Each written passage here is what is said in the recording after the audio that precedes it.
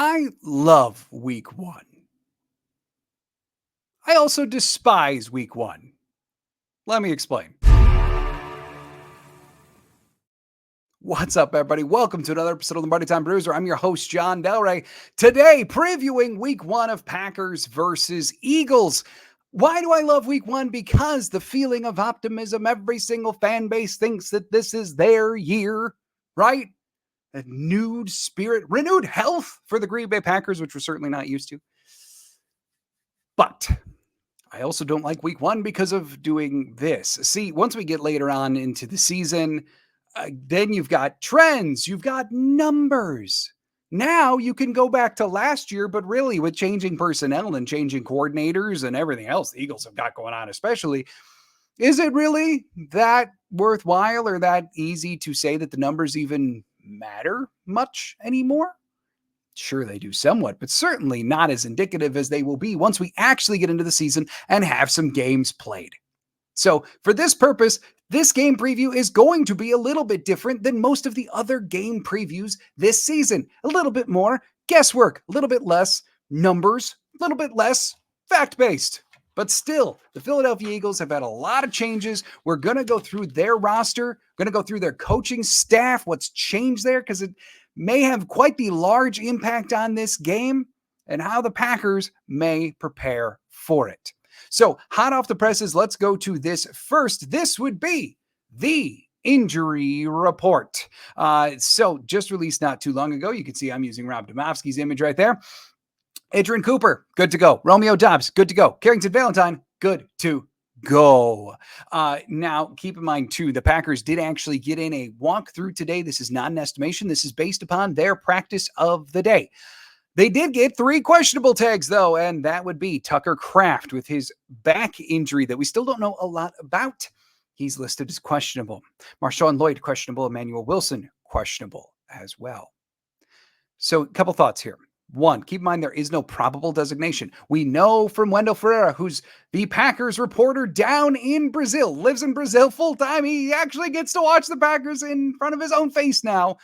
Well, he said that in the 15 minutes that was open to the media today, Tucker Kraft was active. He was going. Now, nonetheless, he still got a limited tag. So there's something he didn't do. But at least in the little part that he saw, Tucker Kraft was going full go. Seems to be promising. And with there being no probable designation anymore, maybe it's not a true 50-50. Regardless, Tucker Kraft questionable. And then with Lloyd and Wilson, Lloyd you would think is a little bit farther behind Wilson. Regardless, I would expect the Packers to elevate one of their 3 practice squad running backs. That's my guess here. Elevate one of those 3 at the just even if Lloyd and Wilson both somehow play, still get yourself some extra depth there. And then, of course, Aaron Mosby did not even travel with the team due to a personal matter.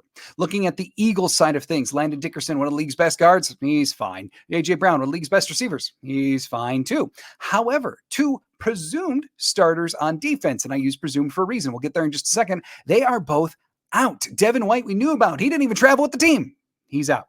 Isaiah Rodgers, that's a little bit of a surprise, though, because even as of this morning, some of the Eagles beat didn't know which way this would go, but he is out. Expect potentially Keely Ringo to get some of those snaps, or some on the Eagles beat are even mentioning maybe Avonte Maddox switches his back to corner to take in some of those snaps as well. We don't know. We'll find out, but Rodgers and White both out. So let's talk about the Philadelphia Eagles. How do they look a little different than you may remember them last year? Now, this is outdated. I'll fill in some of the more notable gaps here from PFF, but this is just at least a nice visual that you can see what's going on here. But in terms of additions, Brandon Graham re-signed. Bryce Huff, probably their one of 2 marquee free agents, one on each side of the ball. But Bryce Huff signing with Philadelphia after spending 4 years with the Jets, certainly bolstering their edge rush. Then you got Gardner Johnson. He's returning to Philly after spending some time elsewhere. Devin White was supposed to be a starter at linebacker for them, but he's out for this game. Mekhi Becton, all of a sudden, he's their starting right guard. Yes, that is that Mekhi Becton from the New York Jets. He's converting from tackle into guard. Now we know, it's not listed here, but Jason Kelce, he's gone. He retired. Cam Jurgens, who was the right guard last year, he's now shifting into center, which is his true position. Mekhi Becton, the big fella, He's filling in at right guard. We're going to talk about it a little bit more when we get to the offense, but one of the things that's been talked about on the Philadelphia beat is like they've had some difficulties over the course of camp in terms of getting to the second level. One of the reasons for that could be Jurgens, considered relatively undersized, just like Kelsey was. Great athlete, still a little undersized. Mekhi Becton, there is not a single way that that human being is undersized. He's huge. And so to ask him to get to the second level, it's not quite the same thing as asking Jurgens or Kelsey to do so.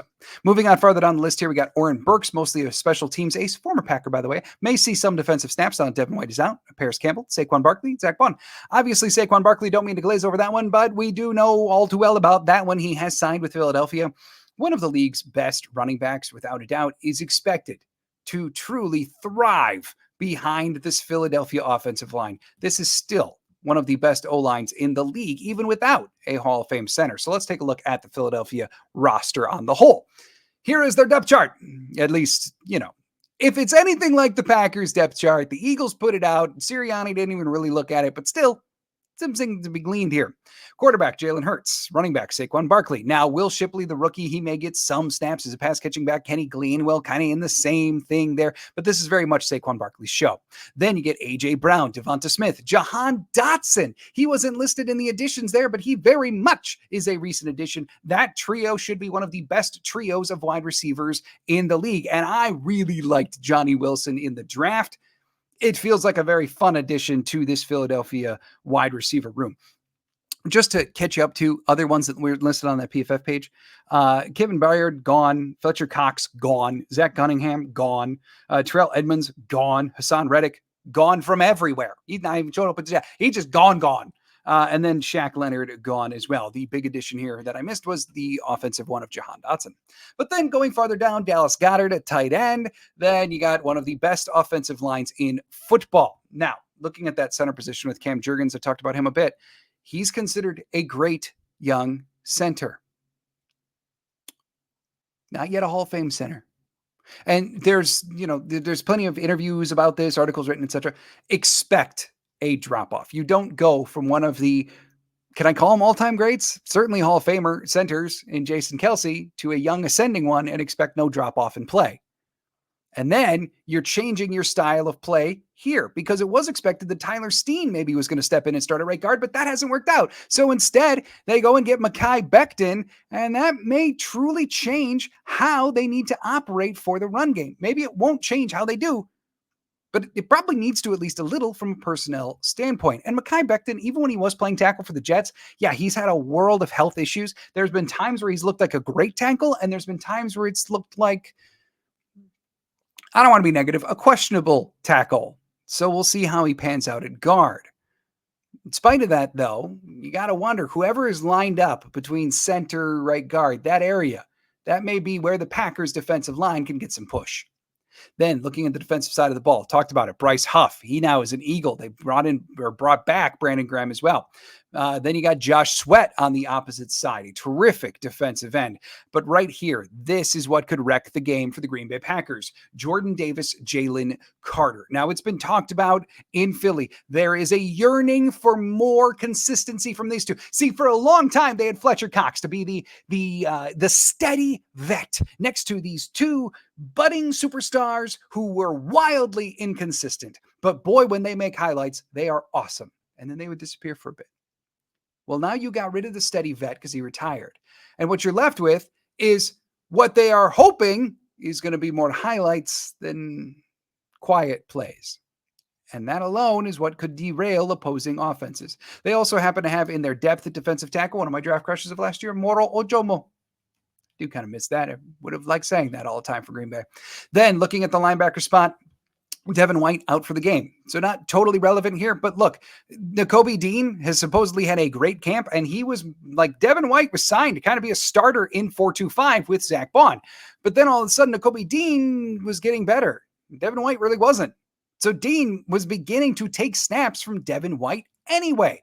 So now in 4-2-5 type settings, which Philadelphia is expected to run a lot, we're going to see a lot of Bond and Dean. But then after that, it gets real questionable. Jeremiah Trotter Jr. making his NFL debut, and then Oren Brooks. Van Sumeren did have a very strong preseason, but nonetheless, if you thought Green Bay has some really questionable linebacker depth, look at Philly. They do too. Then in the secondary, Darius Slay, still a tremendous corner, even if he is losing a step. Then you got Quinion Mitchell, their first-round pick. Gardner Johnson going to be starting in the secondary. Blankenship going to be starting in the secondary as well. Okay, but here's where I want to go back to the injury report. So Isaiah Rodgers was probably, let's just say that there's 3 starting corners, right? Slay, Mitchell, then it probably was going to be Rodgers. Well, he's out. Okay. But it's not just Rodgers that's out when you look at the entire roster construction for the Eagles, because also out is James Bradbury. He's on IR. Sidney Brown, he's on PUP. And then Cooper DeJean, their second-round pick. Some Green Bay fans might have wanted him. But their second-round pick, it's been speculated by a bunch of people in Philly. Maybe the Isaiah Rodgers injury changes this, but it's been speculated a bunch that he might even be a healthy scratch for week 1 because he missed the vast majority of training camp with an injury. And maybe even if he does play, he's going to be somewhat limited on defense. Maybe we'll just play some teams. Even, I guess, Vic Fangio in his last time that he talked about how like DeJean just isn't ready yet. He hasn't played enough. So maybe we got to scratch him off, basically, the depth chart too. So now all of a sudden you're down Brown, Bradbury, DeJean, Rodgers, and all of a sudden you're stuck getting real far down the depth chart for Philadelphia's secondary. So their 3 starting corners are probably going to be Slay, Ringo, and Mitchell. Maybe Avonte Maddox, as I mentioned, does slide back into corner sometimes, especially nickel. There was a time where he was one of the best slot corners in the league. Now injuries, time, etc. Now he's a backup safety. Really fell off on that one. So expect the Philadelphia secondary and their depth to get tested and tested often. Then looking at their specialists, they've got Jake Elliott, one of the best kickers in the league, and Rick Lovato, former Packer as well. So let's take a look. I mentioned how there's a bunch of coaching staff changes. Look at that charming fella. Nick Sirianni, head coach of the Eagles, he of course returns. But as I said last year, the Philadelphia Eagles were one of the best contending teams in the NFC all last year. And then all of a sudden, it just fell apart. They wound up putting in Matt Patricia, defensive coordinator. Like things got real murky there. There was some like internal struggle. There was a whole deal with the security, the guy. Like there was just a lot going on in Philly. And eventually it all fell apart and ended in a playoff loss to the Tampa Bay Buccaneers. So when they entered the offseason, they said, okay, we need a refresh. We need to modernize the offense. We need to find competency on defense. Boy, doesn't that sound familiar. So what they did was they retained Michael Clay, their special teams coordinator, but then they also got 2 NORD coordinators, one Kellen Moore for the offensive side and Vic Fangio for the defensive side, both high profile, both high name type guys. But they did both in very, very different ways. See, Fangio was pretty much able to bring in all new people with them because Christian Parker, he came along. He interviewed for the Packers defensive coordinator job. Well, he's new in Philly. Then there's Clint Hurt. New in Philly, was a defensive coordinator previously with the Seattle Seahawks. Well, now he's senior defensive assistant and defensive line. That side of the trenches, the vaunted Philadelphia trenches, that side's new. Most of the defense is new. Offense, though, they got Kellen Moore from the LA Chargers, but they still kept around him many of the same components. See, Jamal Singleton, running backs assistant head coach. Well, he's not new. Passing game coordinator, associate head coach, Kevin Patullo. Well, he's not new either. Jeff Stoutland, legend offensive line coach and run game coordinator for the offense. Well, he's not new. In fact, really one of the only new ones happens to be quarterback coach Doug Nussmeier, who was with the Chargers as well. He was Herbert's quarterbacks coach. So 2 very, very different ways to bring in new coordinators for Sirianni. It is expected that Sirianni is going to take on what I call the CEO head coach and allow Kellen Moore to call plays. So let's just take a look at this now, because I do think that the changing of the guard to Kellen Moore is going to have a fairly large impact, not just in this game, but just overall what the Eagles are going to attempt to do schematically. I believe this is a clip just from this morning's show from Kay Adams, where she talks about the Kellen Moore acquisition and also sits down with Dallas Goedert to discuss how the offense may change and be more modern under this. By the way, I do want to go with her caption here too. The best teams in the league lead the league in yak. Eagles ranked 23rd last year. No one threw downfield more. Let's hear what she has more to say about that. I'm going to play about a minute and a half of it here. I think Kellen Moore is going to be the difference maker in Philly. Jalen Hurts, we talked about this with Coach Sirianni. He led the league in 20-plus yard pass attempts last year. That's not good. Sirianni was a little like, why aren't you bringing this up in our interview? And he did admit, or he was honest and said that they were chasing big plays at times. Nobody wants that. Nobody, that's not a statistic you want to lead a league in, okay? And then we spoke to Dallas Goedert, their tight end, about what this Kellen Moore offense is going to look like. I'm really excited.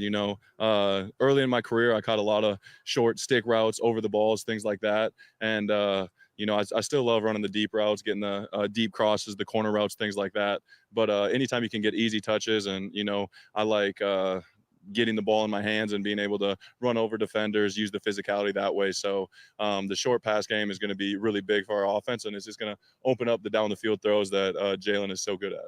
Short pass game, stick routes, easily catchable balls. That's what they were missing. Thanks, Kay. Okay, so just to kind of go with this, they are fully expecting Kellen Moore to modernize the offense. I should note too, that it wasn't talked about in that clip, but Sirianni and the Philly offense last year was dead last in pre-snap motion last year. Yeah, that's not the way the modern NFL works. Look at the Packers. Look at how much motion they do, right? In fact, in some ways, the Sirianni-led offense last year was very McCarthy-esque from back in the day, where they would just line up the receivers, spread them out, and say, all right, just go win. We're not going to disguise anything. We're not going to be all trickeration. We're not going to do the perception of complexity. Just go out there and win. Just beat the corner who's on you. Get open. Rodgers will get you the ball. And in some ways, Philly being that static is reminiscent of that. Well, they're hoping for change there. They're hoping, and by all accounts from the Philadelphia beat, there was a lot of motion. They are buying into, in spite of having a lot of the same coaching staff, buying into what now Kellen Moore is telling them to do. So, a couple things here. The league kind of figured out last year, amongst Philadelphia's collapse, that one of the ways that you can upend Philadelphia's offense, at least the old style, was by getting after Jalen Hurts. So here's a couple numbers. When Hurts was kept clean last year, his PFF grade, 90.5. When he was under pressure, 73.4. That's bad. Worse, I should say. Another number here for you. Hurts threw 15 interceptions last year. 8, which is more than half of 15, came on plays when he was blitzed. But he only got blitzed on 38% of his dropbacks. So more than half of his picks came on only 38% of the snaps. That may play well into what Hafley does. So what I would expect from Hafley here, and granted, very first game as a defensive coordinator, we don't know what the defense is going to do. We can just hope that it's going to be indicative of some things, right? So, okay. What I expect is that Hafley in this game will run a fair amount of man. Yes, of course, there will still be zone. There is no man-only defense in the league anymore, etc. But what I do expect is this is going to be condensed. I think Green Bay's defense is going to want to force Philly to be what it was last year. They're going to want Philly to air it out deep. They're going to want Philly to have to go static. And how do you do that? By bringing everything up. Right? The anti-stereotypical Joe Barry, if you will. I expect a lot of close coverage. I expect more TJ Slayton, less Devontae Wyatt in this particular game at that defensive tackle spot. Definitely still a lot of 4-2-5, but perhaps we also see the NFL level debut of Javon Bullard in the nickel and Evan Williams on the field. That's the way I see this going. I think they want Philly to have to step backwards into airing it out deep and then having Green Bay secondary just be like, okay, let's do that. Keep throwing it at us. That's just fine with us. And not allow Philly to go into death by 1,000 paper cut style offense and not allow Saquon Barkley to beat them. I will say, I don't think there's any defense in the league that necessarily matches up ideally with Philly. They're one of the league's best offensive lines, a mobile quarterback who can sling it, a very, very good trio of wide receivers, a great receiving tight end. Oh, and now, by the way, Saquon Barkley. I'm not sure anyone matches up with that in an ideal way. But I do think, at least from a talent perspective, Green Bay is one of the better teams to do it with how they're equipped at the pass rush and the secondary. The fear here is going against Saquon and short pass game for Philly. They need to neutralize both. Let's talk about the other side of the ball quick before I get to the real keys here. As for Fangio, Philly's new defensive coordinator, he's going to drop everything back because he and the rest of the league all saw how good Green Bay got at throwing the deep ball last year. They're not going to want to give up the big play. Some people in Philly probably also have very bad memories of Christian Watson just running freely against them every single time the last time that these two teams played. They're not going to want that again. So I would think, especially with all the injuries that they've got in the secondary, Fangio is going to back it up. I'm not going to get into like, is it going to be too technical, whatever. No, back it up from a schematic standpoint. In which case, that opens the door for Green Bay to do their own death by 1,000 paper cuts. Get the ball out quickly. As I talked about, if those two defensive tackles are allowed to make highlights against you, they can wreck the game on their own. But I don't think there's really any reason to be afraid of Philadelphia's linebackers or secondary.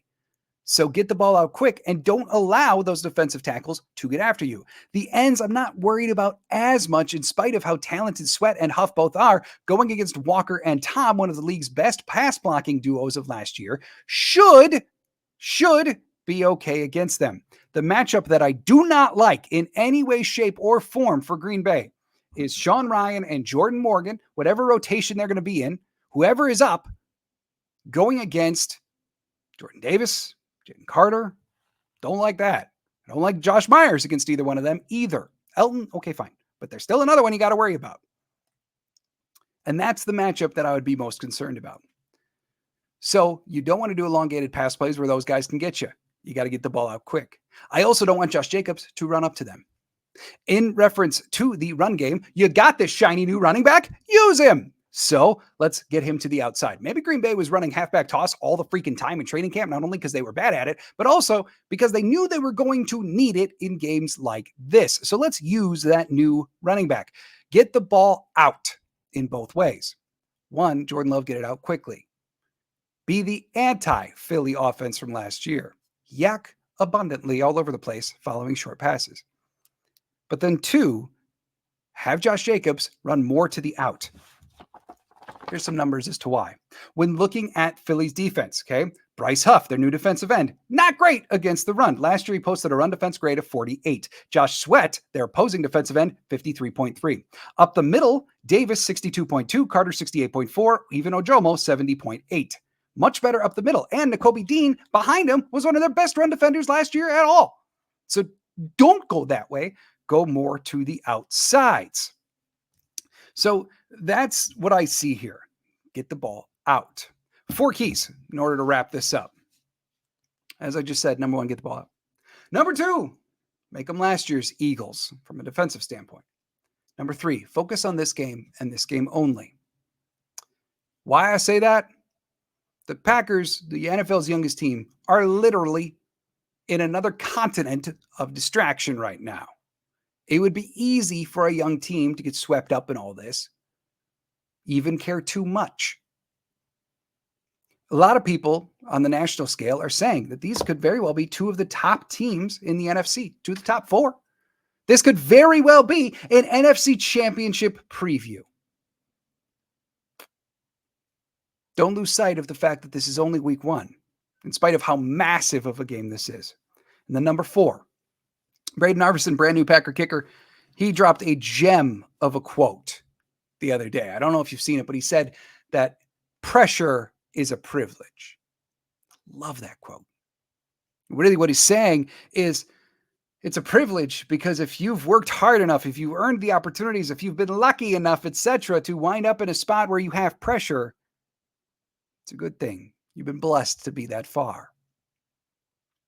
He's got to make his kicks. He has to have a strong debut because I do think that this is going to be a very close game. So let's give it to the Packers, 27-24. Reason why?